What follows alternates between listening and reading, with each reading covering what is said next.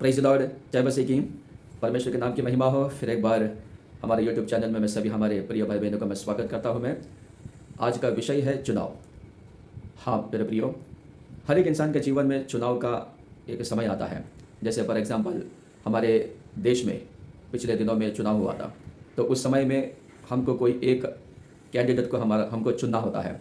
तो वैसे ही इंसान के जीवन में चुनाव का एक समय आता है कि हम, चाहे वो वस्तु का विषय होने दो, चाहे वो इंसान का विषय होने दो, हमको उसमें से चुनना रहता है। ये मैसेज में जाने से पहले मैं सभी हमारे भाई बहनों से विनती करूंगा कि आप ये वीडियो को शुरुआत से लेकर अंत तक आप देखिए। पवित्र शास्त्र में लूका सुसमाचार का पुस्तक 23वां अध्याय, उसका पहला वचन से लेकर अगर 25 वचन तक अगर हम लोग पढ़ेंगे, तो यहाँ पर प्रभु यीशु मसीह को पकड़कर उनके ऊपर झूठे आरोप लगाकर, जैसे कि आज भी होता है, प्रभु यीशु मसीह को मानने वाले जो जन हैं उनके ऊपर भी झूठे आरोप लगाकर उनको पकड़ते हैं, उनको मारते हैं, और पता नहीं क्या क्या झूठे आरोप लगाते हैं उनके ऊपर। वो आरोप अभी तक तो साबित नहीं हुआ है। प्रभु यीशु मसीह के ऊपर भी कई आरोप लगाए गए थे, लेकिन उस समय में भी कोई आरोप साबित नहीं हुआ। क्यों? क्योंकि प्रभु यीशु मसीह ने गुनाह किए ही नहीं थे। जो गुनाह करते हैं तो उनका आरोप साबित होता है। जब हमारा प्रभु यीशु मसीह ने कोई गुनाह नहीं किए तो आरोप कैसे साबित होगा वहाँ पर? वैसे ही आज भी हमारे कई मसीह भाई बहनों के ऊपर कई आरोप लगाया जा रहा है, लेकिन अभी तक कोई भी आरोप अभी तक साबित नहीं हुआ है। मैं उन मसीह भाई बहनों से, उन परमेश्वर के दास और दासियों से मैं विनती करूंगा और मैं उनका हौसला और भी मैं बढ़ाने के लिए मैं कहना चाहता हूं कि जो परमेश्वर की सेवकाई आप कर रहे हैं, आप विश्वास के साथ में, धैर्य के साथ में करते रहिए। क्योंकि सत्य बोलने वालों को दबा सकता है थोड़े समय के लिए, लेकिन सत्य को दबा नहीं सकता है।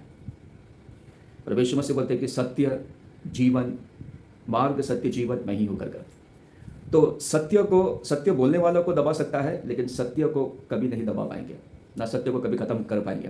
कई सदियों से ये सत्य को कई जनों ने दबाने के लिए कोशिश किए, खत्म करने के लिए कोशिश किए, लेकिन आज तक ये सत्य अभी तक बना है। तो मेरे प्रियो, क्यों बना है? क्योंकि सत्य परमेश्वर है, और परमेश्वर को कोई खत्म नहीं कर सकता, ना परमेश्वर को कोई दबा सकता है। तो मैं उन परमेश्वर के जनों से, उन परमेश्वर की सेवकाई करने वाले हमारे प्रिय दास और दासियों से मैं ये विनती करूंगा, और मैं आपका हौसला को और बढ़ाना चाहता हूं मैं कि परमेश्वर की सेवकाई आप करते रहिए। स्वर्ग में आपके लिए बहुत बड़ा प्रतिफल है। तो मेरे प्रिय भाइयों बहनों, यहाँ पर प्रभु यीशु मसीह को पकड़कर उनके ऊपर आरोप लगाकर उनको पिलातुस के सामने लेके आया। पिलातुस उस समय का रोमन का गवर्नर था। उनके सामने लेके आए तो पिलातुस ने उनसे पूछताछ की है। पूछताछ करने के बाद में उनको तो यीशु मसीह के अंदर कुछ ऐसा दोष नहीं मिला, और बाद में उन्होंने ये बोला कि ये मनुष्य गलीली है, तो इनको हेरोदेस राजा के पास लेके जाओ करके। फिर उन्होंने क्या किया, शास्त्री और फरीसी लोग, अब उनके समर्थन में जो लोग थे, उन्होंने क्या किया, प्रभु यीशु मसीह को हेरोदेस राजा के पास लेके गए। हेरोदेस राजा के पास जाने के बाद में हेरोदेस राजा ने भी उनसे पूछताछ की है। पूछताछ करने के बाद में उनको भी प्रभु यीशु मसीह में कोई दोष नहीं मिला। फिर उन्होंने प्रभु यीशु मसीह को पिलातुस के पास वापिस से भेज दिया। पिलातुस के पास वापिस से भेजने के बाद में पिलातुस ने यहाँ पर बोले, अगर हम लोग लूका सुसमाचार का पुस्तक 23वां अध्याय उसका 15 वचन से अगर आप लोग पढ़ेंगे, तो यहाँ पर ऐसे लिखा है कि ना हेरोदेस ने, क्योंकि उसने उसे हमारे पास लौटा दिया है। यानी कि अगर हम लोग थोड़ा ऊपर से पढ़ेंगे, 14 वचन से पढ़ेंगे, तुम इस मनुष्य को लोगों का भयखाने वाला ठहराकर मेरे पास लाए हो, और देखो मैंने तुम्हारे सामने उसकी जांच की, पर जिन बातों का तुम उस पर दोष लगाते हो उन बातों के विषय में मैंने उसमें कुछ भी दोष नहीं पाया है, ना हेरोदेस ने, क्योंकि उसने उसे हमारे पास लौटा दिया है, और देखो उससे ऐसा कुछ नहीं हुआ कि वो मृत्यु के दंड के योग्य ठहराया जाए। हेरोदेस राजा ने भी प्रभु यीशु मसीह के अंदर कोई दोष नहीं पाया, और पिलातुस यहाँ पर बोलते हैं कि मृत्यु का दंड देने के लिए जैसा प्रभु यीशु मसीह ने कुछ नहीं किया है, इसीलिए आगे 16 वचन में लिखा है, इसीलिए मैं उसे पिटवा कर छोड़ देता हूं कर पिलातुस यहाँ पर बोले। पिलातुस उस समय में, प्रभु के समय में, एक बंदी, एक कैदी को छोड़ने पर था। तभी 18 वचन अगर हम लोग वहां पर पढ़ेंगे तो वहां पर ऐसे लिखा है, तब सब मिलकर चिल्ला उठे, उसका काम तमाम कर और हमारे लिए बरअब्बा को छोड़ दे बोले। उस समय में, प्रभु के समय में, एक कैदी को छोड़ने पर था पिलातुस, लेकिन शास्त्री फरीसी और जितने उनके समर्थन में लोग थे, उन्होंने चिल्लाकर बोला कि इसका काम तमाम कर दो, यानी कि प्रभु यीशु मसीह को मार दो और हमको हमारे लिए बरअब्बा को छोड़ दो करके। अब यह बरअब्बा कौन है? 19वां वचन अगर हम लोग पढ़ेंगे तो यहाँ पर बरअब्बा के विषय में लिखा है, वो किसी बलवे के कारण जो नगर में हुआ था और हत्या के कारण बंदीगृह में डाला गया था। एक गुनहगार, एक हत्यारे जिसका नाम था बरअब्बा।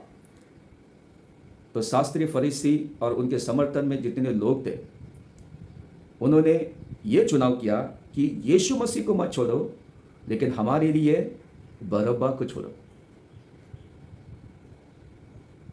यीशु मसीह के विषय में लोग जानते थे अच्छी तरह से कि यीशु मसीह ने क्या किया। यीशु मसीह ने स्वर्ग का राज्य का प्रचार किया, अपने अपने पापों से मन फिराओ क्योंकि स्वर्ग का राज्य निकट है कर। यीशु मसीह ने अच्छे अच्छे बातें सिखाए। यीशु मसीह ने बीमार लोग को चंगा किए।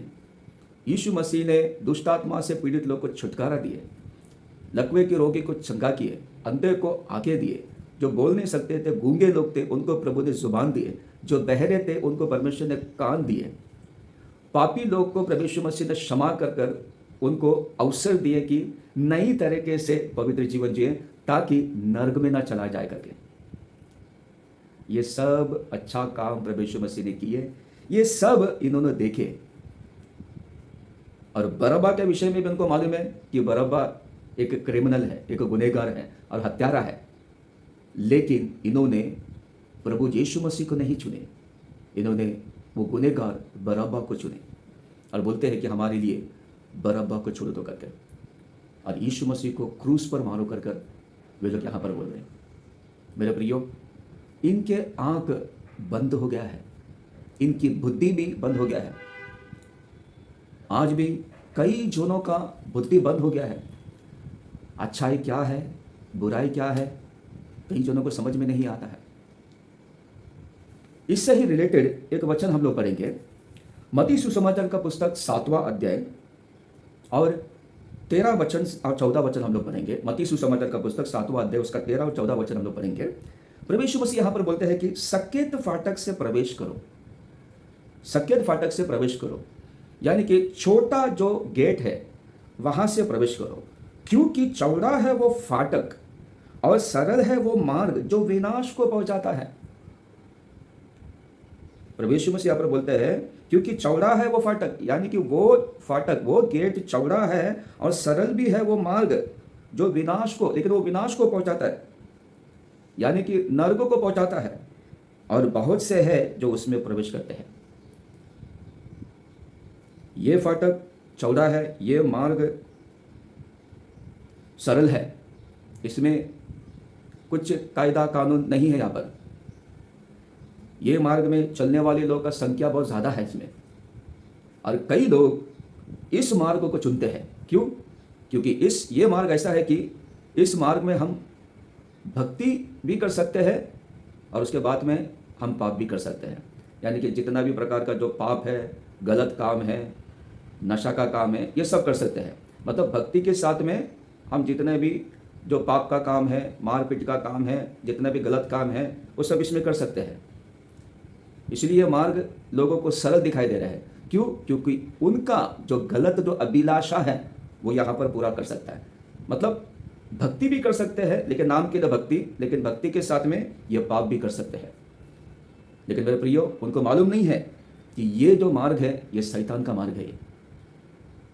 और इस मार्ग के विषय में प्रभु यीशु मसीह यहाँ पर बोलते हैं कि ये विनाश को पहुंचाता है ये, यानी कि इस मार्ग में चलने वाले लोग अंत में नर्क में चला जाएगा।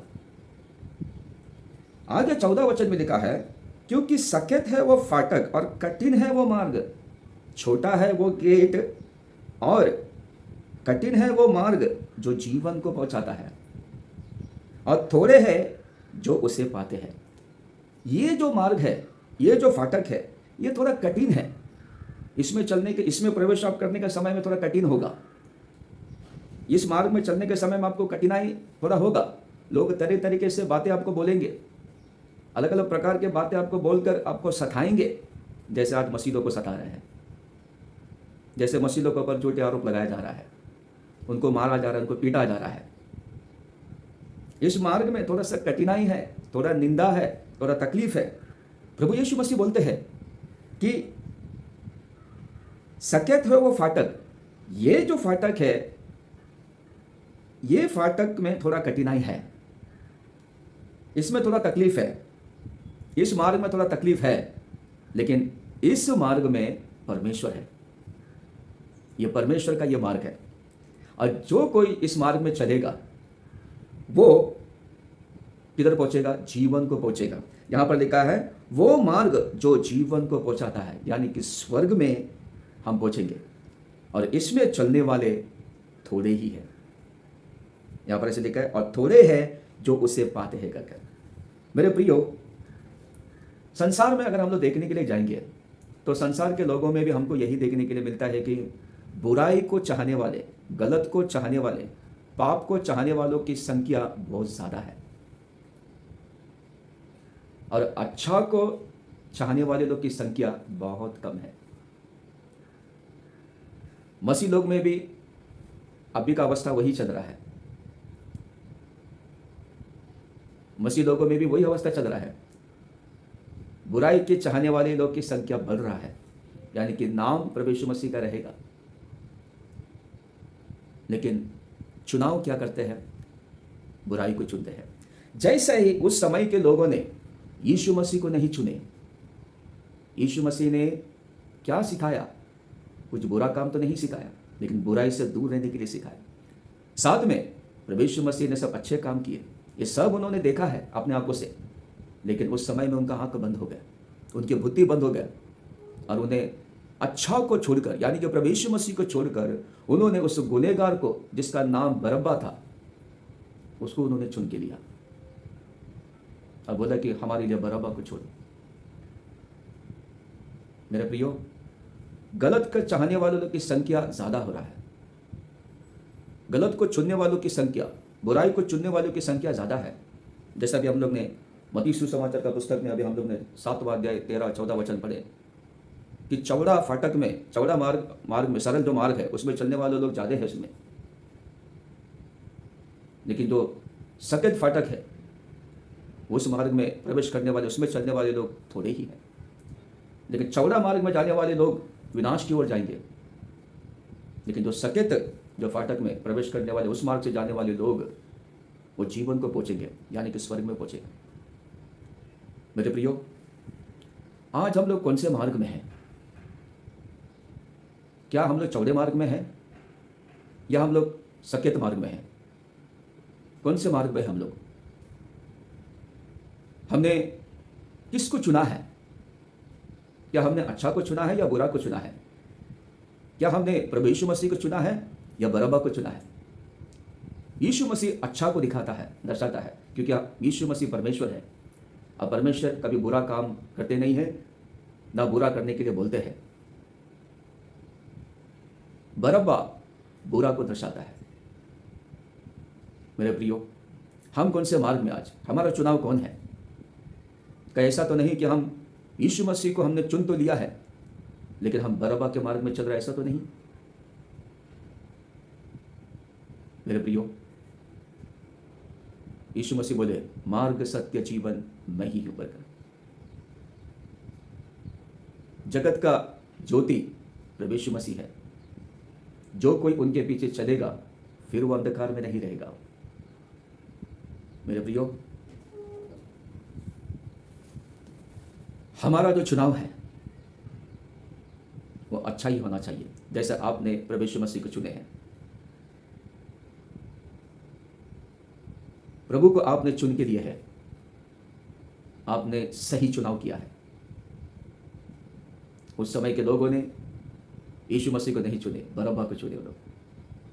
लेकिन धन्य है आप और हम कि हमने बरअब्बा को नहीं, यानी कि बुराई को नहीं, लेकिन हमने अच्छाई को, यानी कि हमारा प्रभु यीशु मसीह को, परमेश्वर को, इस सृष्टिकर्ता को हमने चुन के लिए है। और हम लोग चौड़े फाटक में नहीं, वो सरल मार्ग में नहीं है जिसमें बहुत लोग जा रहे हैं। हम लोग सकेत फाटक में प्रवेश किए हैं, जो थोड़ा कठिन है, इसमें थोड़ा तकलीफ आएगा, लेकिन धन्य है आप और हम, क्योंकि ये जो मार्ग में चलने वाले, जीवन को पहुंचेगा। इन वचनों से परमेश्वर आप सभी को आशीष करें, प्रभु आपको दृढ़ करें और भी प्रभु आपको मजबूत करें। सेवकाई करने वाले सभी में परमेश्वर के जो भक्तजन हैं, जो परमेश्वर का दास दासी और सभी भाई बहनों से मैं फिर एक बार मैं कहूँगा और मैं उनका हौसला को बढ़ाऊँगा। ये तकलीफ आएगा, मुश्किल आएंगे, विरोध आएगा, लेकिन हमारा जो काम है वो हमको करता रहना है, क्योंकि सत्य बताने के लिए ही परमेश्वर ने हमको चुन के लिए है। वो सत्य हमको बताना ही है, क्योंकि कल ऐसा नहीं होना चाहिए न्याय के समय में कि हे प्रभु यीशु मसीह के बारे में किसी ने हमको बताया नहीं करके।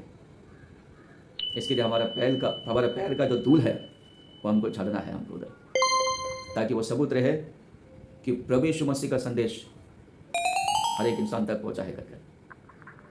परमेश्वर आपको शांति दे, परमेश्वर आपको आशीष करे। God bless you.